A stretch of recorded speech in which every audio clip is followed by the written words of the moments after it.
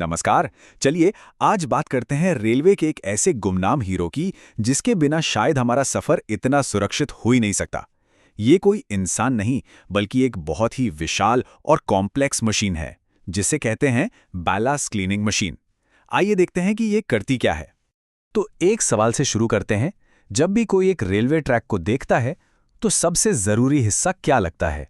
ज्यादातर लोग कहेंगे भाई लोहे की पटरियां या फिर वो कंक्रीट के स्लीपर।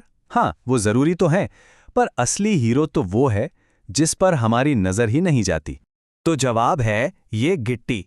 पटरियों के नीचे बिछी इन पत्थरों की मोटी परत को ही टेक्निकली बैलास्ट कहा जाता है। जैसा कि इस डायग्राम में दिख रहा है, ये पत्थर सिर्फ खाली जगह भरने के लिए नहीं है, इनका काम बहुत जरूरी है। ये ट्रैक को अपनी जगह पर मजबूती से पकड़ कर रखते हैं और सबसे जरूरी बारिश के पानी को बड़े आराम से नीचे जाने देते हैं। अगर पानी रुक गया तो समझ लीजिए ट्रैक की नींव कमजोर पड़ जाएगी। लेकिन एक प्रॉब्लम है। समय के साथ इन पत्थरों के बीच की जो खाली जगह है ना, वो धूल, मिट्टी और हर तरह के कचरे से भर जाती है। और इसी कीचड़ जैसी चीज को कहते हैं मक। अब ये मक जो है वो पानी का रास्ता एकदम बंद कर देता है, बिल्कुल कंक्रीट की तरह। इससे ट्रैक की पकड़ ढीली हो जाती है और सेफ्टी पर सीधा सीधा सवाल खड़ा हो जाता है। तो सवाल यह है कि इस मक की समस्या को सुलझाया कैसे जाए। यहीं पर एंट्री होती है हमारी शानदार मशीन की।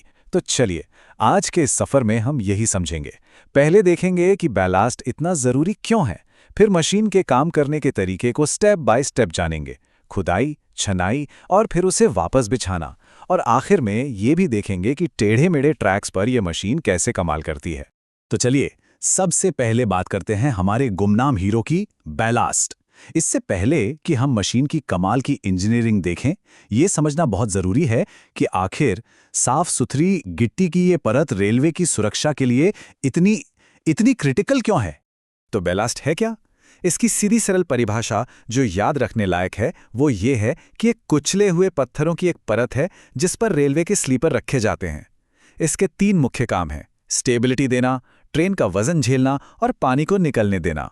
ठीक है, तो अब आते हैं मशीन के सबसे हैरान कर देने वाले काम पर, खुदाई। जरा सोचिए, ये मशीन चलती जाती है और साथ ही साथ पूरे ट्रैक के नीचे की जमीन खोद डालती है। पर यह होता कैसे है? इस पूरे ऑपरेशन का दिल है एक बहुत ही पावरफुल खुदाई करने वाली चेन। इसका आकार देखिए, एक पेंटागन जैसा है। यही चेन ट्रैक के नीचे घूमकर एक गहरी खाई सी बना देती है और सारा गंदा बैलास्ट उठाकर मशीन के पेट में खींच लेती है। और ये खुदाई कोई छोटी मोटी नहीं होती। इसकी चौड़ाई है 4280 मिलीमीटर्स। अगर हिसाब लगाएं तो ये करीब करीब 14 फीट होता है, मतलब एक अच्छे खासे बड़े कमरे की चौड़ाई से भी ज्यादा। इससे अंदाजा लगाइए कि ये मशीन कितनी विशाल होगी। अब ये जो टेक्निकल ड्राइंग है ना, ये दिखाती है कि इतनी ज्यादा चौड़ाई आखिर मिलती कैसे है। ये देखिए, ये जो हिस्सा है जिसे कटर बार कहते हैं, इसे फैलाया या सिकोड़ा जा सकता है। इसी की मदद से मशीन ट्रैक के दोनों तरफ की गिट्टी को एक ही बार में साफ कर देती है। अच्छा, तो खुदाई तो हो गई, सारा गंदा माल मशीन के अंदर आ गया। अब आता है दूसरा और शायद सबसे जरूरी स्टेप, छनाई। यहीं पर मशीन अपना असली जादू दिखाती है, जहां अच्छे पत्थरों को बेकार मक से अलग किया जाता है। ये पूरा काम 3 हिस्सों में होता है, इसे भी ध्यान से समझना जरूरी है। पहला, मशीन पूरे ट्रैक को थोड़ा सा करीब 100 मिलीमीटर तक ऊपर उठा लेती है। दूसरा, जो भी माल खोदा गया है उसे एक बहुत बड़ी वाइब्रेटिंग स्क्रीन, मतलब कंपन करने वाली जाली पर डाल दिया जाता है। और तीसरा, जो भी फालतू का मक है उसे बाहर फेंक दिया जाता है। ये जो कोटेशन है ये इसी प्रोसेस को समझा रहा है। लिखा है कि कंपन के असर से बैलास्ट को बड़े और छोटे कणों यानी मक से अलग किया जाता है। आसान भाषा में समझें तो ये एक बहुत बड़ी इंडस्ट्रियल छलनी है। जब ये हिलती है तो भारी और काम के पत्थर ऊपर रह जाते हैं और छोटा छोटा कचरा मतलब मक नीचे से छनकर निकल जाता है। और ये आंकड़े, ये तो बस होश उड़ा देने वाले हैं। सोचकर देखिए, ये मशीन 1 घंटे में 550 क्यूबिक मीटर मटेरियल छान सकती है। ये इतना है कि कई बड़े बड़े कमरे भर जाएं। और जो कचरा निकलता है उसे एक कन्वेयर बेल्ट से सीधा ट्रैक से 5 मीटर दूर फेंक दिया जाता है। कमाल। तो ठीक है, मक अलग हो गया, साफ पत्थर हमारे पास हैं। अब अगला कदम क्या? जाहिर है इन साफ पत्थरों को वापस ट्रैक पर बिछाना। और हाँ, ये काम भी बड़े ही नाप तौल कर पूरी सटीकता से किया जाता है। ये ड्राइंग मशीन की इसी प्रिसिशन को दिखाती है। ये जो एडजस्टेबल गाइड प्लेट्स दिख रही हैं, इनका काम ये पक्का करना है कि साफ गिट्टी ठीक वहीं गिरे जहां उसकी सबसे ज्यादा जरूरत है, यानी स्लीपर के नीचे और उसके आसपास। इससे ट्रैक को चारों तरफ से एक बराबर सपोर्ट मिलता है। अब तक तो सब ठीक था, एक सीधी लाइन पर काम करना आसान है। लेकिन अब आता है असली चैलेंज। उन मुश्किल जगहों का क्या जहां ट्रैक 1 से 2 में बढ़ता है, जिन्हें हम पॉइंट्स या क्रॉसिंग कहते हैं। वहां ये विशाल मशीन कैसे काम करती होगी? इस मुश्किल को समझने के लिए ये तुलना देखिए। मेन लाइन पर तो काम सीधा साधा है, मशीन को बस सीधे चलते जाना है।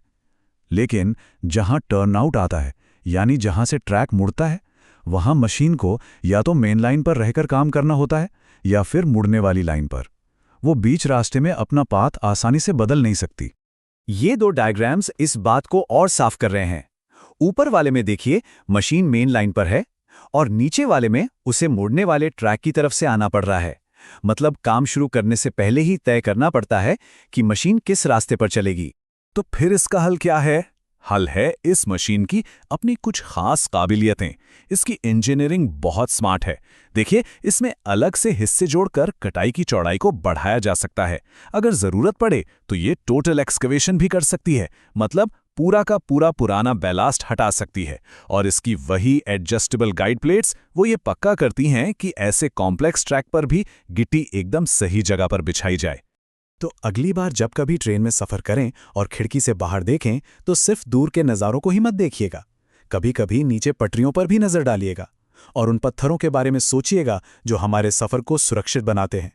क्योंकि उस साफ और मजबूत ज़मीन के पीछे इसी शानदार मशीन की दिन रात की मेहनत छिपी है। रेलवे का एक सच्चा गुमनाम हीरो।